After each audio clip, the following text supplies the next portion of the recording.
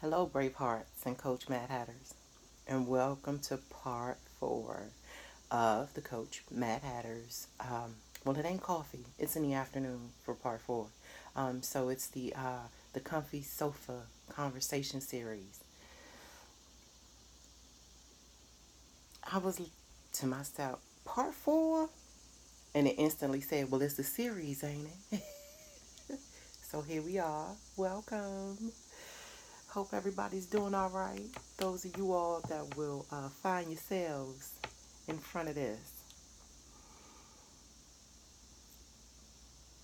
You know, I always have a story, and story, and story, and story. So, 2:30 this morning, I wake up in the midst of a very wonderful deep sleep. Damn near in a panic. Damn near in a panic. I was like, did I share too much? Like, oh my gosh, like, I'm not in a position to be sharing anything. my my Saturn and Gemini kicked in. If those of you who know the language, it kicked in. It kicked in and it was like, I'm gonna take it all down. I I'm gonna go into this recluse mode. Like I have nothing. I have nothing. And so why do I figure I'm gonna be up here trying to teach somebody something? It took me almost an hour to get myself together. And you know what it said to me? And you about to share more. After it said that to me, I just turned over and went to sleep. I was like, yeah, you can't win. You cannot win. And so you might as well go head on and just do what you're going to do. And not you can't win like you really can't win. But, you know, gotta remember where we at, right? And so, you know, the Scarecrow, the song, you can win. Yeah. Track number 2. And it's crazy too because as wonderful a jam as it is, you be in confliction because it's like, okay, I want to bop to this. But then you listen to the lyrics and it's like shit, like we gotta win, right? So that was my track 2 moment. And it was like, guess what? You probably gonna have more parts to this series and you're gonna be sharing more. So here we are. With that said, some more things came to the surface even after I got up to start my day this morning. Now I slept in a little more because yeah, I had to catch up. I had to catch up on my beauty sleep after that self counseling session in the middle of the night.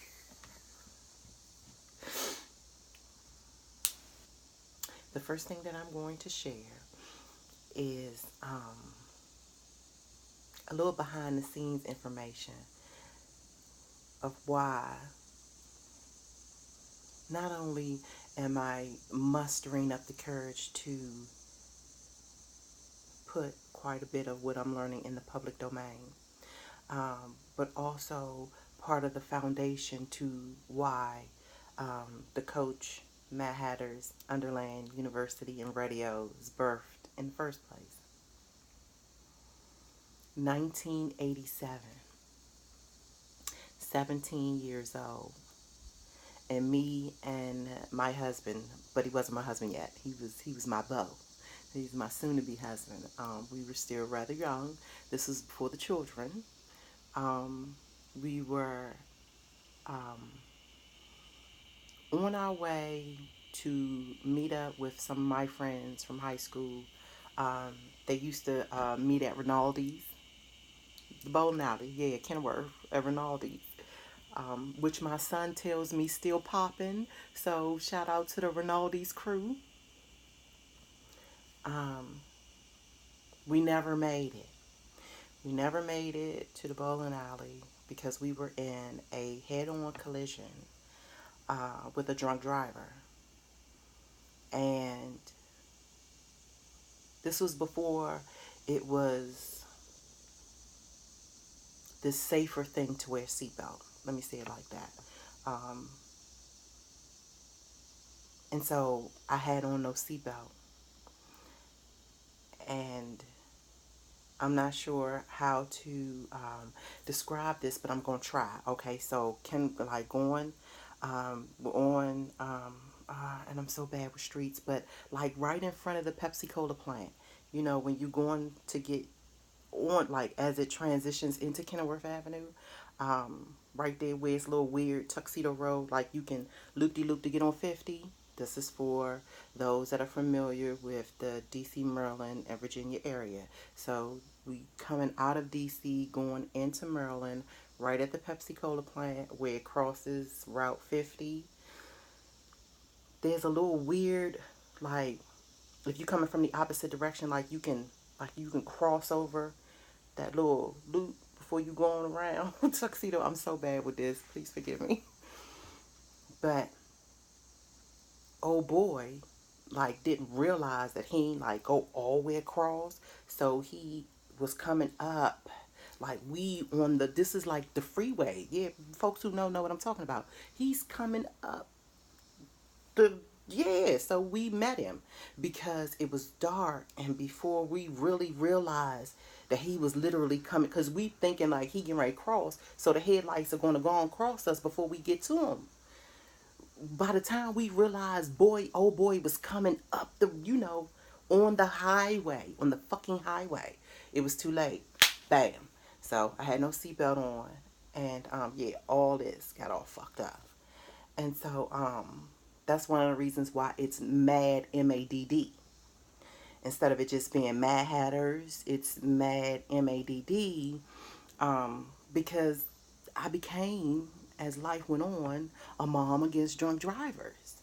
So I thought it would be nice to give a little explanation to my madness, right? And so just so you can see, if you can see, so that is, yeah, my big ass head. Put the, yeah, and this is actually the photo that will be on the cover of the manuscript. Um,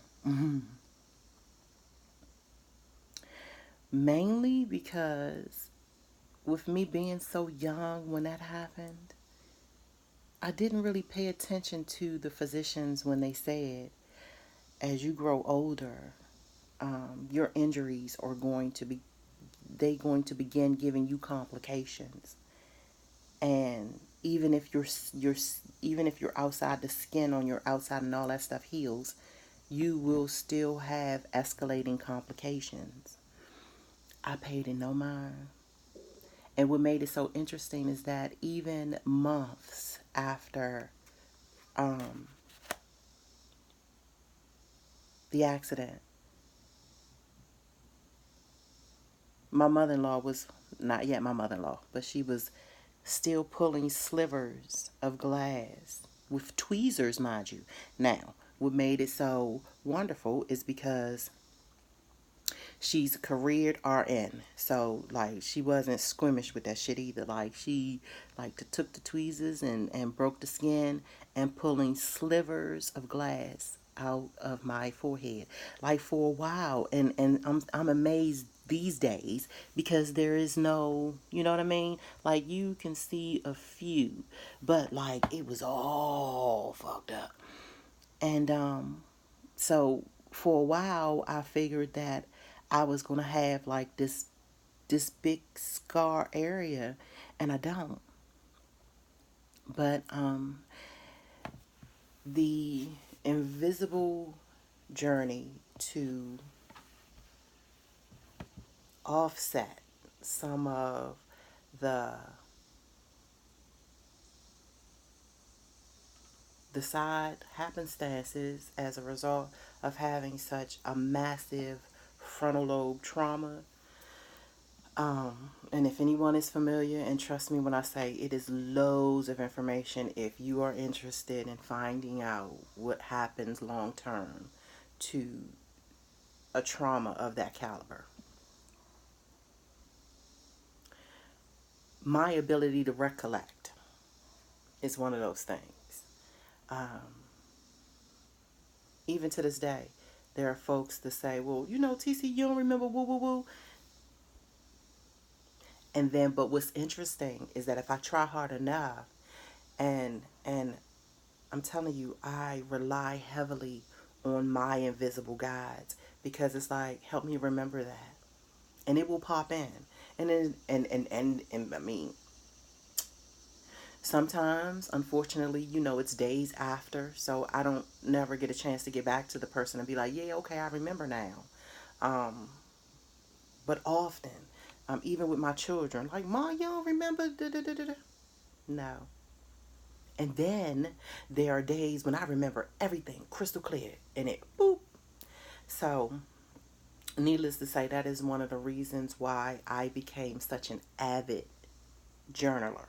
Like, I write down everything. I time and date everything. Because of that, but also because of the wealth that can be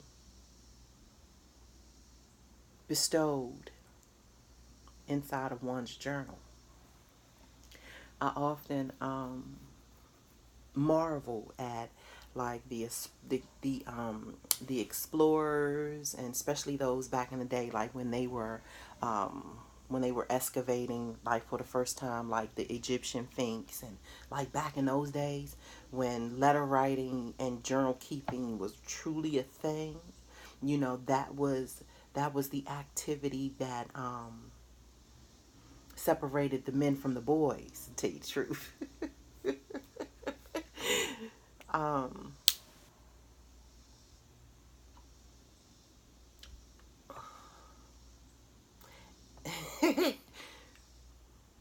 it thrills me how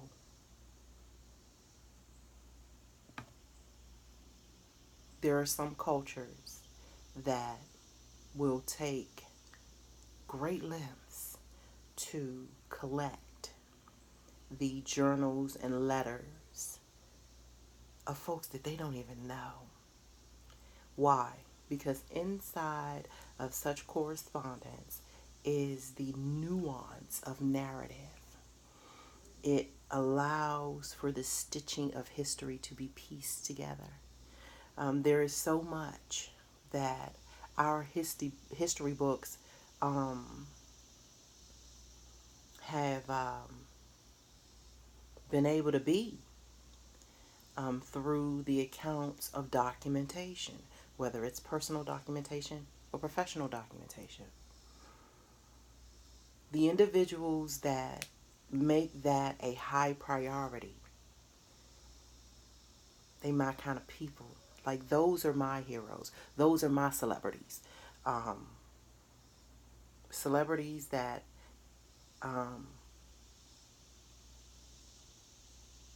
and I know I'm probably gonna say, I'm running the risk of saying this and sounding kind of weird, but I'm just gonna say it, and then I'll clear it up. So the celebrities that we have nowadays that sing and dance and perform, those aren't celebrities to me. Those that really are in tune with their mastery, those are artists to me. Those aren't celebrities. My particular kind of celebrities are documentaries, um, the storytellers, the the um, uh, the narrators, the the interpreters. Those are my celebrities. So, and the teachers. But the teachers for a totally different reason. Um, my grandma, my mom's mom, and all of her brothers, and I think two of their wives, were all part of the DC public school system. My uncles were actually celebrated faculty. And so my uncle Gilbert Augustus Diggs, he captured his memories and he published them. And this is my copy. And he published in 2006. I want to say this was amongst the last copies. And my cousin, that's my Uncle Gilbert. So if you do have access to the DC Public School archives in the, let's see, 1939. So if you have access to the DC Public School records, you will come across my uncle. He did quite a bit, and I'm going to read some things out of here just to give you an understanding of why I think teachers are celebrities. In my book, they my celebrities. Also, why this time of the year truly is a wonderful time of the year. And it has nothing to do with the kids going back to school, meaning we don't have to contend with them. I'm not with that bullshit. I don't buy that. It's a wonderful time of the year for me personally because I am a learner. And it became very obsessive for me after my collision because I was so afraid that everything that I took pride in, which means all of that I was absorbing in as just a lifelong learner, as a self-student, as a self-scholar. And this was before I had vocabulary for it, mind you. Like, I just knew that books and paper and pencil and highlighters and rulers and chalk and chalkboards, like all in stationery, yeah, those are my toys. I I tell my best friend we get to giggling because Staples and like Levenger and yeah, those types of places those are my toy stores. I love those types of places. I get agitated if I gotta go in Staples and can't buy something. Very rarely do I do it. If I can't go and allow my heart to have what it wants, I don't go in there. So if you've been rocking with me since the beginning of this series, I ain't been in there in a while, right? Well, I went in there with my sister a week or so ago, but we were on like Strictly Business. Shout out to John Strickland and the Strictly Business Barbershop. But we went in strictly for what we were going in there for. So and we were on time constraints, so we didn't, I ain't have time to dilly dally around. But it was months. It had been months since I went in. Yeah. And let me just say this. This is another piece that my mom gave me, and it made me think of her because she was an accountant. 30 years tenure for federal government. She's certified CPA, degreed, should I say, and gave her federal service 30 years as an accountant and a bookkeeper in those corridors. She used to love Staples too, and she would call me. You want to go to Staples? Yes, Mama. Let's do it. So, I'm going to start off with, I don't know if you can see it, but this is meant for someone. perseverance is king. And of course, I'm going to say it's queen too. But the key word is perseverance. And I know that it can get a bit wacky and weird and straight up outlandish at times when we are in hot pursuit of that which dwells within, and that which constantly is giving us direction from the inner ear that might not always coincide or mesh with those on the outside of us. What I'll say to you is expect it to be hard. Okay? Expect it to be frustrating. Expect it to get on your fucking nerves. But don't let it go. Okay? Don't let it go. Don't let it go. And what is rather amazing is how I am being coached by my inner ear to step out in front of and speak when in my mind I figured that I wouldn't be particularly speaking on this type of knowledge until after I got my life together. That's when the courage was going to kick in, and I was going to have that oomph that's needed to stand before folks and say, I know something. I'm just saying. That was meant for someone. And you might have not have experienced a physical head-on collision, but I'm pretty sure your soul can divvy up the moments where it felt like, yeah, you were colliding with life at every moment. Yeah, I don't, whatever, you know what I mean? Like, not all the time, but you've had your moments where you've had to collide with life. And it shattered some things, and you had to take those pieces and yeah. With that said, I have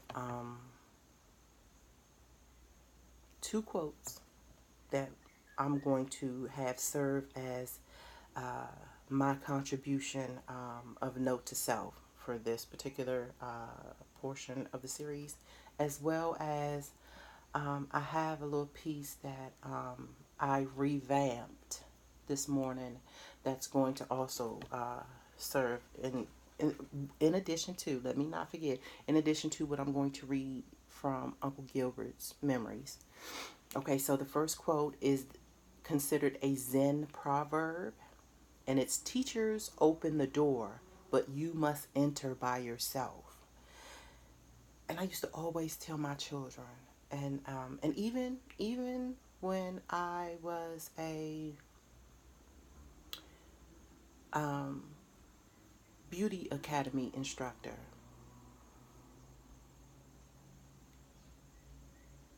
and I have to, me and my daughter was just talking about one of my students earlier today. Shout out to Egypt. He, I think, if I'm not mistaken, he's still in New York doing his thing. And so now he stands and serves as a teacher as well. So this is for you, baby. Um,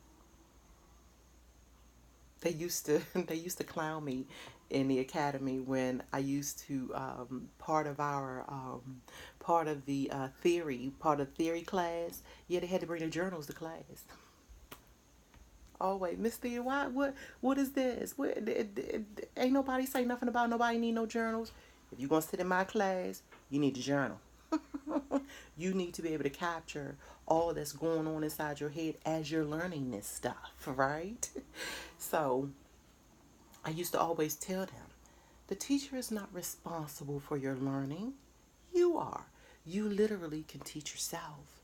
The teacher is there to answer questions, to clarify, to interpret, to translate.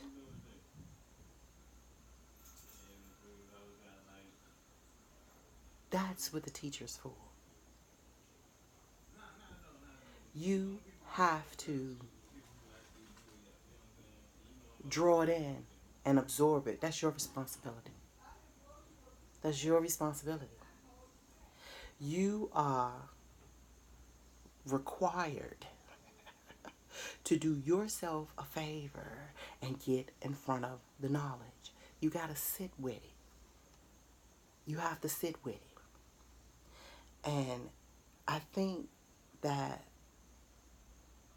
due to my Capricorn nature, refusing was refusing to lose my knowledge. Also, just out of family endowment of having the type of teachers come through my family stratosphere, and how that meant so much to me. And I'll say, like, by the time I came along, like 1972, they were pretty much, already truly in the midst of their careers. And by the time I got old enough to really appreciate the contributions that they had made, they were retiring. So everything that I received was more or less in hindsight. Now, I will say this before I move on. What brought major value back to my life was during the early years of me hop skipping in and out of therapist offices, and still refused to make the connection that the head-on trauma had anything to do with why I was like just having these spurts of like anger and depression and this and that. Like it still had not like stitched the comprehension still hadn't stitched up yet. But I had an activity where one of the therapists, they pulled out of me, like, see if you can remember some of the things that used to make you really, really happy as a kid.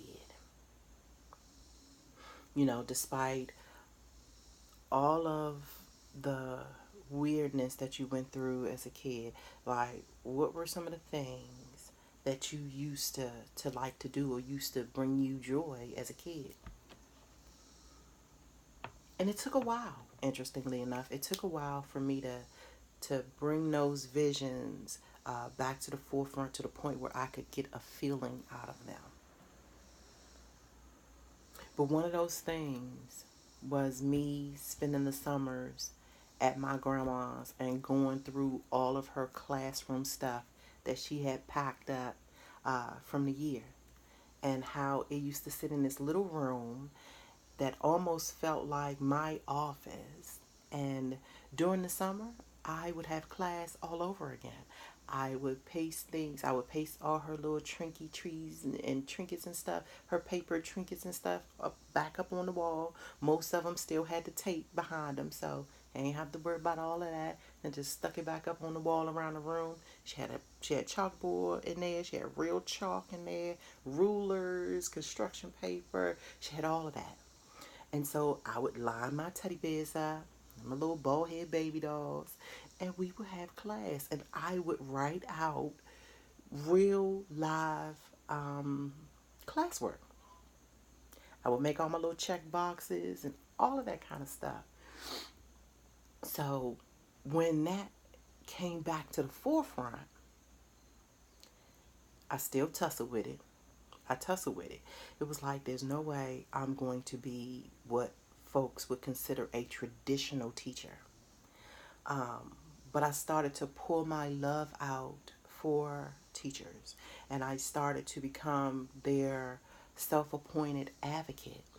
And as my children would go up through school, they knew I will come up to the school and have conferences about subjects that you struggle with, or some things that just not making sense. But I will never ever come up to that school about your behavior, ever. Like, never. Never. And lo and behold, and that's not to say that he get into stuff, but the report was always very mannerable kid. You know, sometimes they had their days, but all in all, they don't cause me no trouble. They don't cause nobody no trouble. You know, they helpful. You know, that kind of, yeah. So it was like there was certain key words that I needed to hear, because if I shot my eye over there, yeah, you getting your ass when you get home. And yeah, was not one of the type of moms that, oh no, you just gonna have a timeout. And speaking of which, yeah, this my big mama. Can you see her? I don't know if you can really truly see her. That's my big mama. Uh-huh. She would fuck your ass up. She don't play no games. And I know, all the psychologists and, all the prim and proper is like, you shouldn't do this, that, and the third. And I'm telling you, my grandmother would even say it like, yes, the whole whooping your ass. Yes, it is, it's like the spinoff from slavery, when it was like, like the folks that look like me. Like they would have to keep the kids in order just so massa wouldn't do it. It's like, I'm going to get to you before. So yes, it has its historical tendency in it. But it is what it is. Hello? Yes. And this grandma is my dad's mom. Okay, so this right here is the real Georgia peach. Yeah, that's Mozilla. Yes, honey. Um, but Uncle Gilbert is my mom's mom. This is my dad's mom. So from off of my mom's side were the prim and the proper, were the school teachers and the engineers and the mathematicians, and so it's interesting how my dad will say, that the properness of my mom's family. Uh,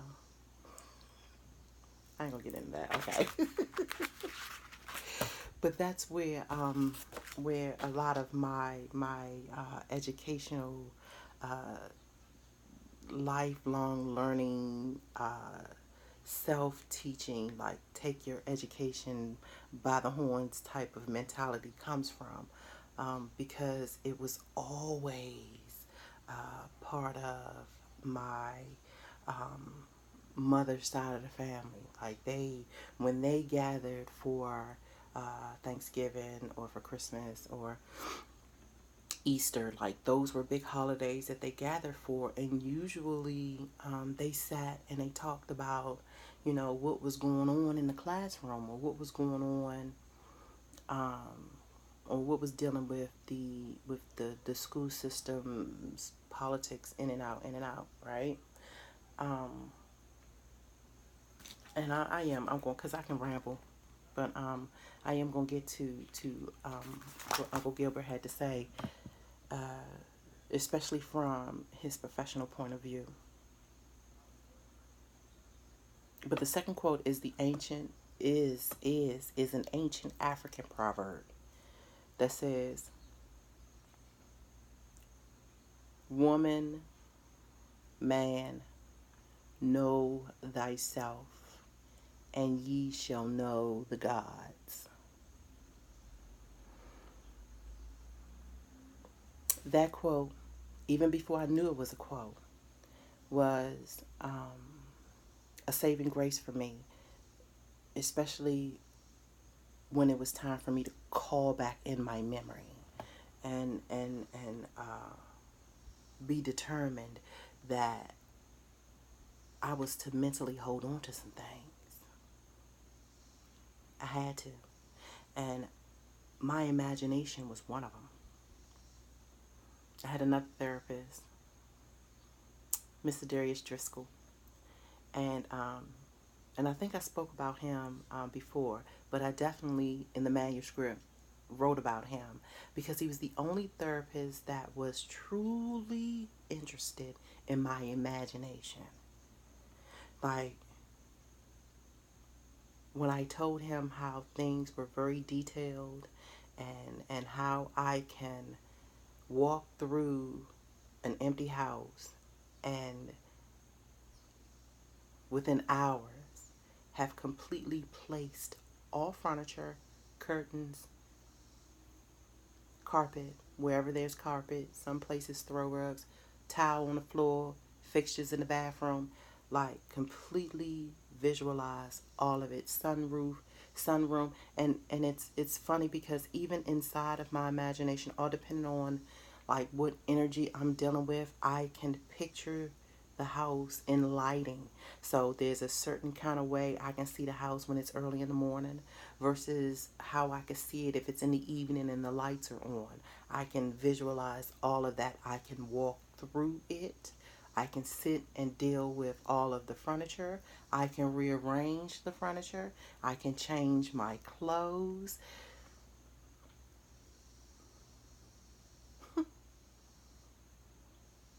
And how all of that came about. Yes, that did stem through childhood, but because it was so elaborate after the accident, it was one of those things where I just did not want to lose grip of. And even to this day, I still wonder in the back of my mind if, as I get older, if dementia is going to be one of those things that I have to contend with. Um, because that was also on the list of things that I would have to contend with, which is one of the reasons why I'm like writing everything down just to keep it simplified. So let's get into some of the things that, real quick, I'm all over the place. Just roll with it. Okay, so this, the Serenity Prayer, the regular traditional Serenity prayer. You know, the um, grant me the peace to accept things that I cannot change. I don't know it now. I used to, but I don't know because I have revamped it for the I have we now have a CoachMaddHatter's version, and so it is called Serendipitous Serenity, and me revamping it earlier today, it's now Serendipitous Sankofa, Sacred Synchronicity Serenity, Synchronistic Serenity. So, which is now posted on the blog on behalf of the story.blogspot.com. The printed version of the revised Serendipitous Serenity Prayer is now uploaded if you want to go and check it out.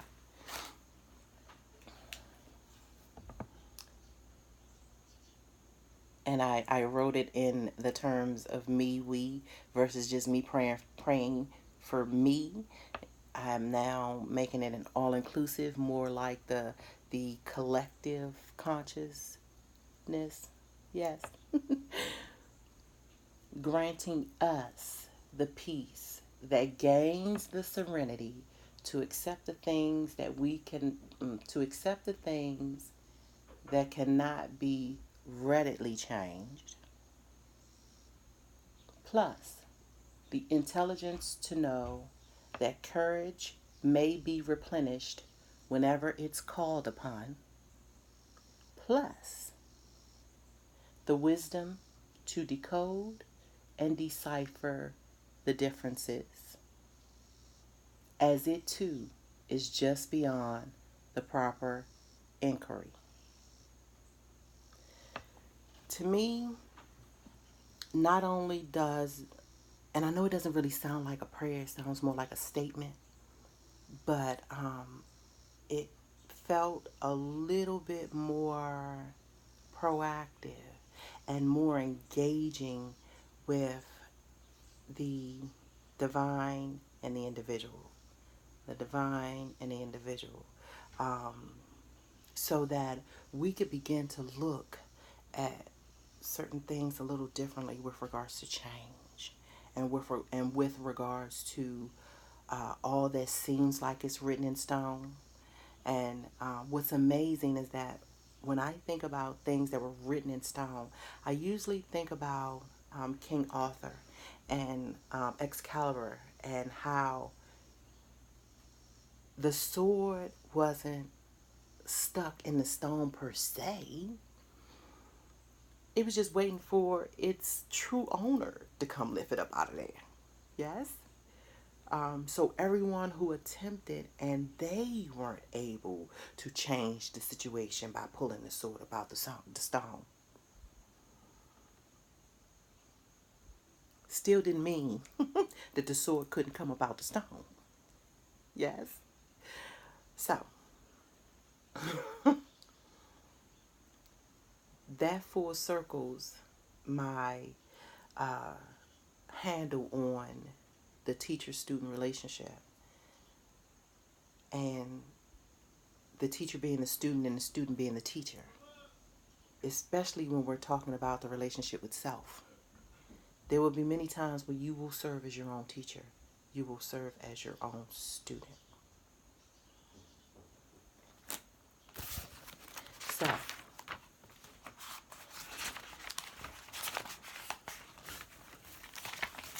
okay, so remembering perseverance is king or queen and queen. Let's do that. Yes, we are still walking in the power of and. So perseverance is king and queen. Not necessarily hooked together, but seeing as that I'm a self-appointed advocate of power couples as well, might as well go and do it. Yes. Okay.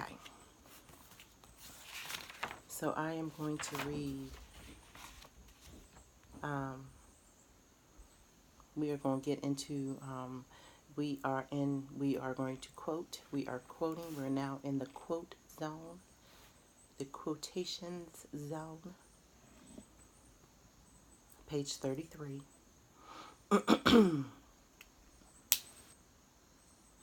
After I had been principal of the Lincoln School for 2 years, the D.C. Board of Education appointed me to be assistant superintendent of the Model School Division, MSD, which had been established in June 1964. MSD was a subsystem of 20 inner city schools, mostly in the Shaw Junior High School and Cardoza High School area. Its purpose was to use creative and effective strategies to improve student learning.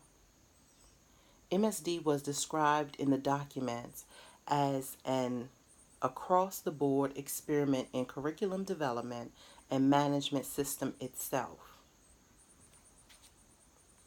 So that's the intro. And might I add, Uncle Gil was a Capricorn. So yeah, he had his goat thing going on for real. His capital GOAT, greatest of all time. Yeah, he had that going on. Step right in it. Step right in it. Okay, so the MSD, the Model School Division, which means it was the division that was into finding out how to create the prototype for the model school, like the ultimate learning environment or learning experience. Yes? So, component A, and just so you know, like I went in, but as I read it, decided to branch out the MSD in components. Yes, just so you know where we are with this. So, component A, 12 superior teachers provided support, initiative, and assistance in securing essential resources wherever MSD required them. Their goal was to mend holes in our net to serve pupils, staff, and parents effectively. They used their skills to improve the teacher learning areas that MSD had identified as needing improvement. In addition, they were charged with the development of vigorous strategies to improve teacher learning throughout MSD. So MSD was dealing with the teachers and their learning and the whole entire learning experience. And then MSD had as well the strategies that would check them.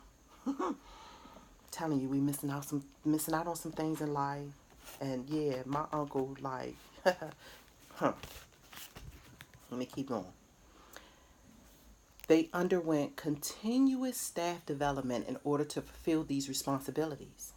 The innovation team, as these teachers were known, was one of the most creative and successful strategies that MSD utilized to achieve its mission. So there was a special ops inside the special ops. Community involvement was essential for MSD. Elected. Keep wanting to say eclectic, but that too, huh? Elected school staff members, parents, and the principals from each local school met monthly with central office staff members to review and plan future educational activities and assist where they could. So everybody pitched in. Remember in part 3, A and B, we're talking about the tribe, the collective. Now I know when I speak about the relationship with self, it gives like this hue of exclusive individuality. But as I always say, like when we show up as whole, then we're able to mix and mingle and blend with the collective as we should, yes? The MSD Community Council, that was usually chaired by a parent, was deeply involved with MSD as its ears, eyes, and mouthpiece for the larger community. That was component B. Component C, the teacher aid program, was another aspect of MSD operations. In assisting classroom teachers, it was an asset to the management of the daily school programs. In cooperation with the University of the District of Columbia, shout out to UDC, many of the aides obtained their certification and became excellent employees in the DC public schools.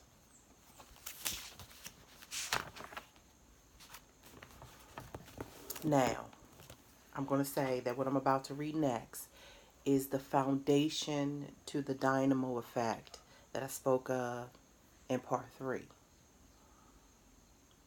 Uncle Gilbert is the reason why the dynamo edifice exists. And I'll just break real quick with a short briefing of a story. So the beginning of 2017, before my mom passed, she was diagnosed with throat cancer. And when her first set of chemo treatment kicked in, me and my siblings, we were doing, because she had to be there every day, Monday through Friday, for a few hours. And so, and it's amazing because I have a big enough sibling tribe that, because I was living there with my mom and did not have a full-time job, I was there every day in addition to whichever sibling had that week. So it allowed my mom to have 2 kids there to help because she was weak and worn out. The shit was just drastic. Anyway, by the 4th week, I was so emotional tender. Now, mind you, I was going every day. with another sibling. So I was there 4 weeks every day, and as well as the driver. So I was transporting because me and my mom lived together. So I was transporting, and so even though like after the treatment, we would all go back to the house. At some point, my other sibling, they left, and so then as it went on, my mom was getting weaker and weaker, and so like just physically having to kind of deal with that just made me, in addition to other things, like because it was her throat, like her eating habits changed. Like she got to the point where she couldn't eat, she couldn't take in solids, and her throat on the inside got raw, and so she wanted to stop eating altogether. And so it was just an amazing experience, and it made me so emotionally tender, to the point where I withdrew into a childlike state and became very needy for certain types of attention. And no, I ain't go out there and start banging everybody. But I'm just saying, like, that didn't take in at all. As a matter of fact, I kind of, like, recluse to the point where, like, I just dropped all of that. But I mean, like, wanting, like, the reaffirming of certain things, and, you know, wanting the more softer conversations more than usual, and getting really, really sentimental about certain people. I wanted to hear their voice. And even if they were in the midst of a day that was busy and they were doing their thing, I became needy, wanting them to drop everything they were doing and soothe my emotions with their voice. That's what I mean when I say wanting that extra attention. And because I am a conversationalist, I wanted the conversation. I wanted folks to often tell me it was going to be all right, and that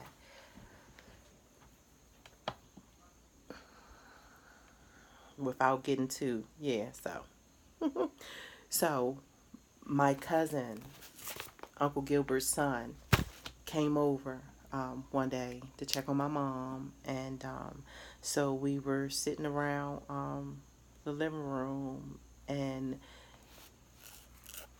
in conversation it comes up that my uncle wrote and published his memories,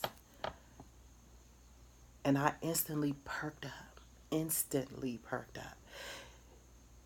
just to even know that a family member of mine within reach of me. Now, I will say my Uncle Gilbert transcended to the ancestors, I want to say at least 15 years ago. And all of this time, I never knew that he had published, um, no, is it been? I'm not sure. Don't quote me on that. But I want to say about 15 years. Um, I never knew. I never knew it had the word had never gotten around that not only had he sat and reconciled, he actually published. So when my cousin told me that, when he made mention of it, um, my instant response was, I need to get my hands on that book. And he was like, yeah, cuz I think I might have, one more copy or so left.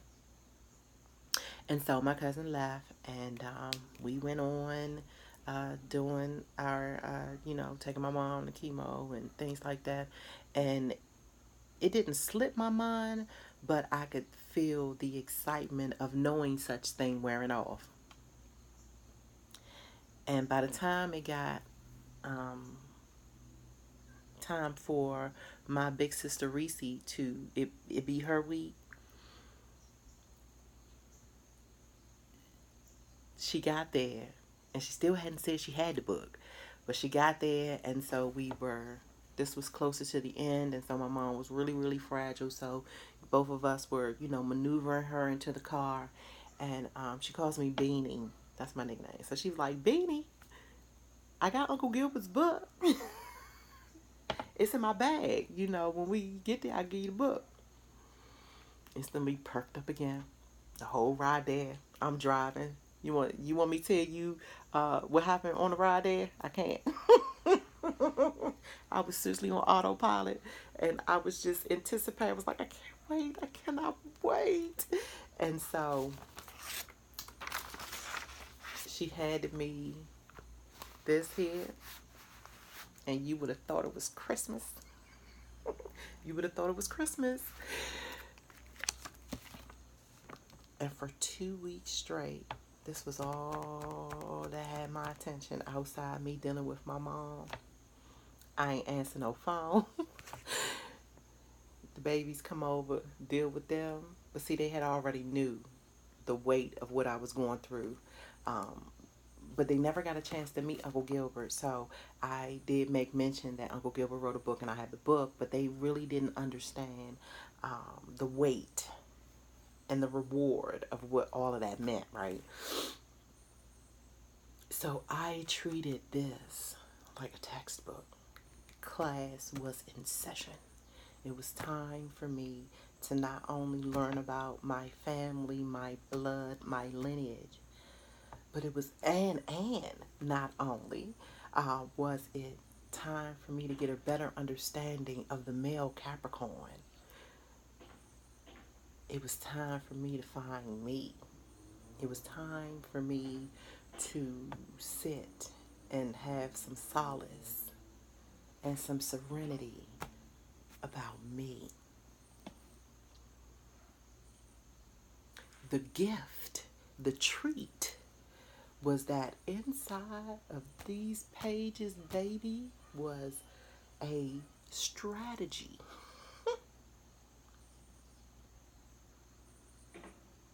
that was going to give me the confidence to coach. And it was going to give me the confidence to coach about one's relationship with themselves. At the time, I had no idea. Like, it literally took several readings to get to the creation of the dynamo edifice. But that's the background, that's the backdrop on how the dynamo edifice was created in the first place. And just so you know, like, when I get books and I get to reading them as a textbook, I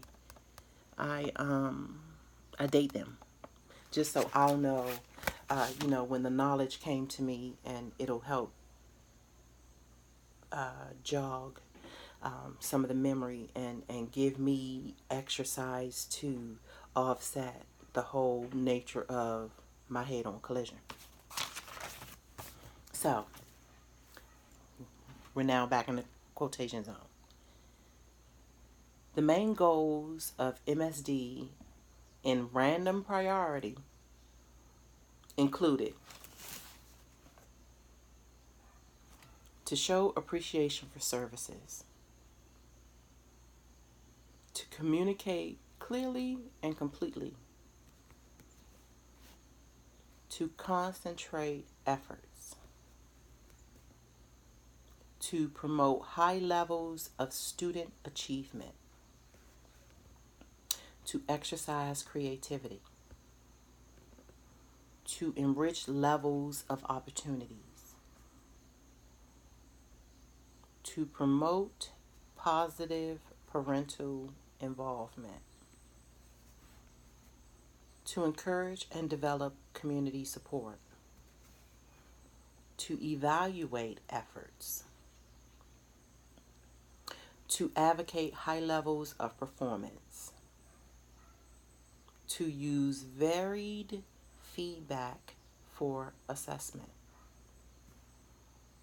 to motivate to excellence, to promote personal development, to make realistic identification of obstacles, to make realistic identification of challenges to be met, to promote mutual support of each other, to promote wise planning,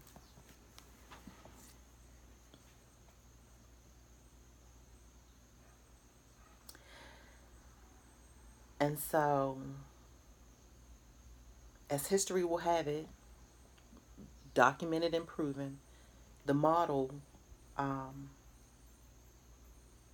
was mentioned quite a bit in various newspapers, written up about, as well as, and this is how I came to call it the edifice, the dynamo edifice, because in one of the newspaper clippings, it was called the domino effect.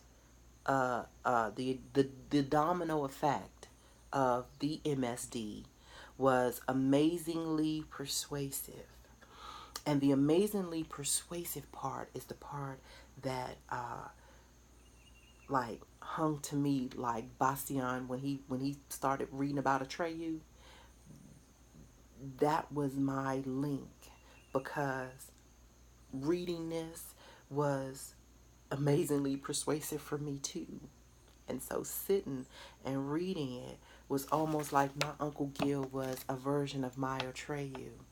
Mainly because he was Capricorn Bow, which means his entire life he has had to deal with Saturn. He has had to deal with the slow, structured process and graduation of self-development through the keen eye of Saturn.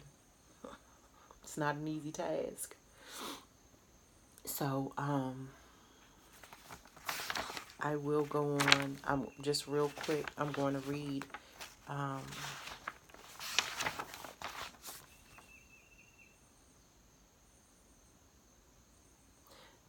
the task-oriented style became a fundamental part of the regional program, asking the questions: who are we?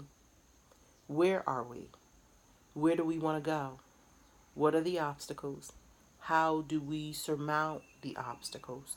How will we implement joint planning? How will we evaluate? How will we have goal assessment? How will we promote continuity? How will we maintain focus?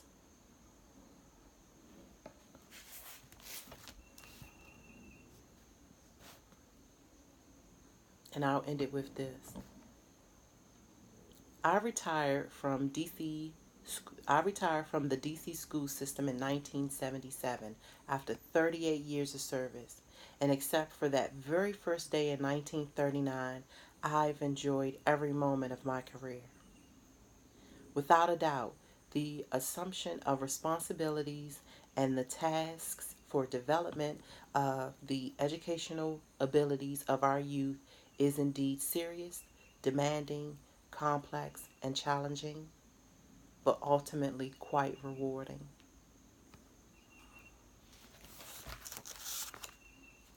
So, of course, I'm going to end it here. We're making this part 4A.